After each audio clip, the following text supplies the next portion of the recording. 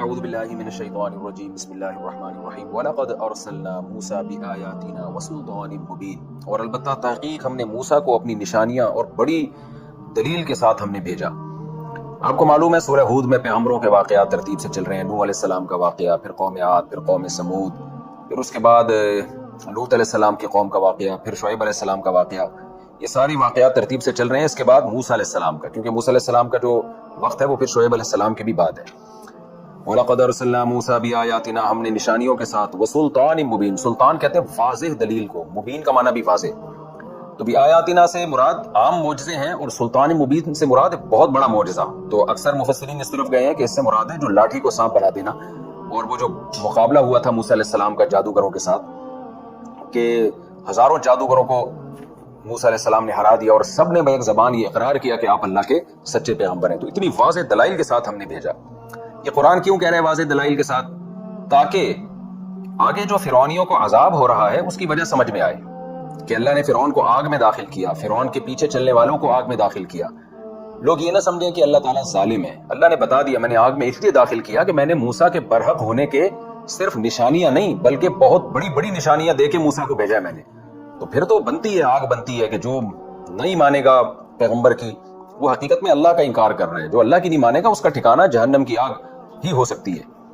اِلَىٰ فِرْعَوْنَ، فرعون کی طرف، وَمَلَئِهِ، اور اس کے درباریوں کی طرف، یعنی جو بڑے بڑے وزراء اور سردار تھے۔ فَاتَّبَعُوا أَمْرَ فِرْعَوْنَ، ان سب نے فرعون کے حکم کو مانا، پیغمبر کی بات نہیں مانی۔ وَمَا أَمْرُ فِرْعَوْنَ بِرَشِيدٍ، اور فرعون کا جو حکم تھا، فرعون کا جو معاملہ تھا وہ درست نہیں تھا۔ تو قوم کیا دیکھ رہی تھی کہ پاورفل کون ہے، اسباب کس کے پاس ہیں، وسائل کس کے پاس ہیں۔ قوم یہ نہیں دیکھ رہی تھی کہ صحیح بات کون کر رہا ہے۔ موسیٰ علیہ السلام مسکین ہیں، غریب ہیں، غلام قوم میں پیدا ہوئے ہیں، یہ چیزیں قوم دیکھ رہی تھی۔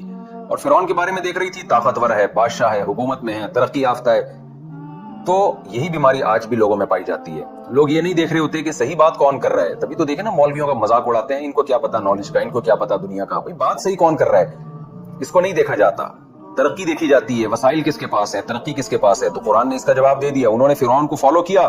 وما امر فرعون برشید، حالانکہ فرعون کا حکم ٹھیک نہیں تھا۔ ٹھیک ہوتا تو پھر صحیح ہے، کوئی بات نہیں۔ نتیجہ کیا نکلا؟ یقدم قومہ یوم القیامہ، قیامت کے دن اپنی قوم سے آگے آگے چلے گا وہ جہنم میں جانے کے لیے۔ لیڈر تھا نا، اسی کو دیکھ کے لوگ دین سے پیچھے ہٹے ہیں، تو اللہ اس کو جہنم میں بھی آگے رکھے گا۔ فاوردہم النار، اور پوری قوم کو آگ میں پھینک دے گا، آگ میں داخل کر دے گا۔ اب یہ مطلب نہیں ہے کہ فرعون خود اٹھا کے لوگوں کو آگ میں پھینکے گا، یعنی پھینکنے کا ذریعہ بنے گا، کیونکہ قرآن بلاغت کی کتاب ہے۔ بعض دفعہ کوئی شخص کسی چیز کا ذریعہ بنتا ہے تو ہم اس کی طرف نسبت کر دیتے ہیں۔ کوئی آدمی کسی کو مشورہ دے، بعد میں وہ پتہ چلا مشورہ صحیح نہیں ہوا اور کسی کو نقصان ہو گیا، تو ہم کیا کہتے ہیں؟ بھائی تو نے مجھے مروا دیا، حالانکہ اس نے نہیں مروایا ہوتا، نقصان کسی اور نے پہنچایا ہوتا ہے۔ تو اس کے مشوروں کی وجہ سے ہم یہ کہتے ہیں کہ بھئی تیرا مشورہ تھا جس کی وجہ سے مجھے یہ نقصان ہوا۔ تو قرآن بھی کہتا ہے فَأَوْرَدَهُمُ النَّارِ، ان کو آگ میں پھینک دے گا، ڈال دے گا، یعنی ڈالنے کا ذریعہ بنے گا۔ لوگ کہیں گے تیری وجہ سے ہم اس آگ میں جا رہے ہیں۔ وَبِئْسَ الْوِرْدُ الْمَوْرُودُ، کتنا ہی برا داخل ہونے کی جگہ ہے جس میں داخل ہوا جائے گا، یعنی جہنم کتنی بری جگہ ہے جس میں کوئی داخل ہو۔ وَأُتْبِعُوا فِي هَٰذِهِ لَعْنَةً، اور اس دنیا میں بھی ان کے پیچھے لعنت چلائی گئی ہے۔ بعض لوگ ایسے ہوتے ہیں کفر پہ ان کی موت واقع ہوتی ہے، لیکن کوئی ایسے کارنامے کر کے گئے ہوتے ہیں کہ ٹھیک ہے آخرت میں ان کا ٹھکانہ اچھا نہیں ہے، لیکن دنیا میں ان کو اچھے ناموں سے یاد کیا جاتا ہے۔ جیسے بعض سائنسدان ہیں، انسانیت کی خدمت کر کے گئے مگر خدا کو نہیں مانتے تھے، ان کو کفر کی سزا ملے گی، لیکن جب ان کا نام آتا ہے تو لوگ ان پہ لعنتیں نہیں بھیجتے، لوگ ان کو برے الفاظ سے یاد نہیں کرتے۔ لیکن فرعون جو تھا اس کا حشر یہ ہوا کہ دنیا، جس دنیا کی خاطر اس نے موسیٰ کلیم اللہ کو ناراض کیا، اس دنیا میں بھی اس کو لعنت ہی ملی ہے۔ کوئی دنیا میں ایک فرد بھی ایسا نہیں ہوگا جو فرعون کا تذکرہ اچھے الفاظ سے کرتا ہو کہ بھئی ایک اچھا انسان تھا جس نے انسانیت کی خدمت کی، یا کوئی اچھی گورنمنٹ کی اس نے چلائی، کوئی بھی ایسا نہیں ہے۔ اللہ فرماتے ہیں دنیا میں بھی لعنت، ویوم القیامہ، اور قیامت کے دن بھی لعنت۔